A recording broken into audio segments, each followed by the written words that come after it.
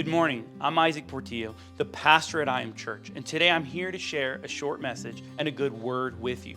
Have you ever looked at your life and thought, how could any of this possibly be good? We've all been there, feeling confused, frustrated, or even doubting if God's really good because bad things happen. But what if the problem isn't with God's goodness, but with how we see things?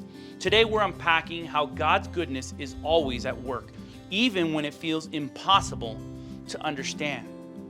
So, what does the Bible tell us about His character? It tells us that God's goodness and perfection are at the core of who He is.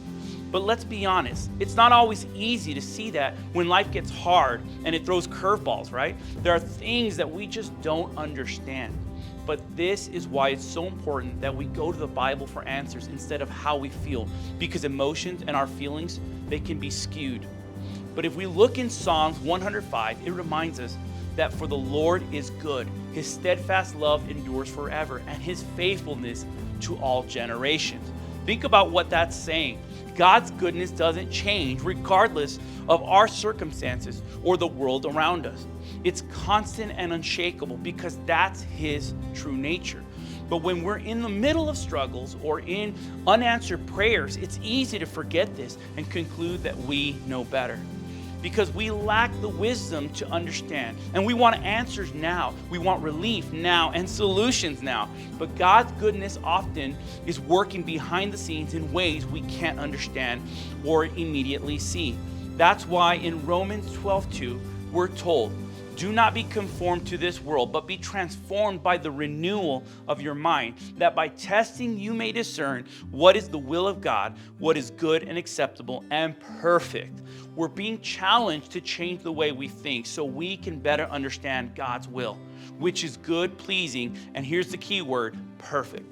Think of it like trying to solve a puzzle without seeing the picture on the box. We only see the chaos of all the individual pieces, but God sees the full picture and He's fitting everything together perfectly. The problem is we get stuck focusing on looking for the missing pieces, what's broken, or what we feel isn't good. Learning to trust, though, His plan requires a shift in our perspective, letting go of our limited view and allowing God to renew our minds so we can recognize His goodness even when it doesn't appear to be the way we think it should be. In Isaiah 55:8, it says it simply for us. But I love this verse because it really encompasses, for my thoughts are not your thoughts, neither are your ways my ways, declares the Lord. Because God's ways are infinitely higher than ours. He's infinitely wiser and infinitely better. It's like trying to understand the complexities of a masterpiece when we're standing inches away from that canvas. All we see is brushstrokes, but God sees the whole work of art. Famous apologist C.S. Lewis and writer of his time often reflected on humanity's limited understanding of true goodness, suggesting that our desires and perceptions are distorted by sin. He famously compared us to a child who is content with making mud pies in a slum because he cannot imagine the joys of enjoying a better life, like a holiday by the sea. In his view, we are constantly settling for lesser pleasures because we are unable to grasp the fullness of what is genuinely good. Lewis argued that our limited perspective stemmed from a separation from God caused by sin. The ultimate source of goodness is God, and without God's guidance, we mistake fleeting desires or cultural norms for moral truths, leading us further and further away from understanding what is truly right and fulfilling. In the end, C.S. Lewis makes the argument that the Bible points out that the key to all understanding and the key to understanding goodness lies in humility and a relationship with God. By aligning our hearts and minds with His will, we begin to see beyond our distorted perceptions and recognize the eternal, unchanging goodness of God's character.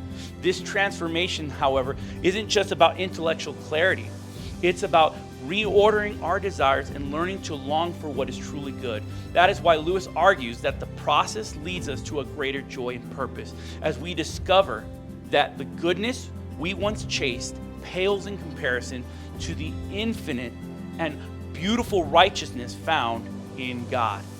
That's why when life And it happens when life doesn't make sense and we face things that feel far from good, we can still remain confident in one truth, that God is always good. While we may never fully understand why certain things happen, we can always stand firm in our faith, trusting in the things that are unchanging, like the character of God's goodness. Maybe today it feels hard because you're confused or you're going through pain, but I encourage you, no matter where you are, to place your faith in God and His perfect goodness. Why, you may ask? Because He's good and He loves you and He sees the bigger picture, even when we cannot. As always, if you need a place of worship or need someone to talk or pray with you, you can join us at 10 a.m. on Sundays or send us a message on Facebook, Instagram, or on our webpage. As always, we love you and God bless.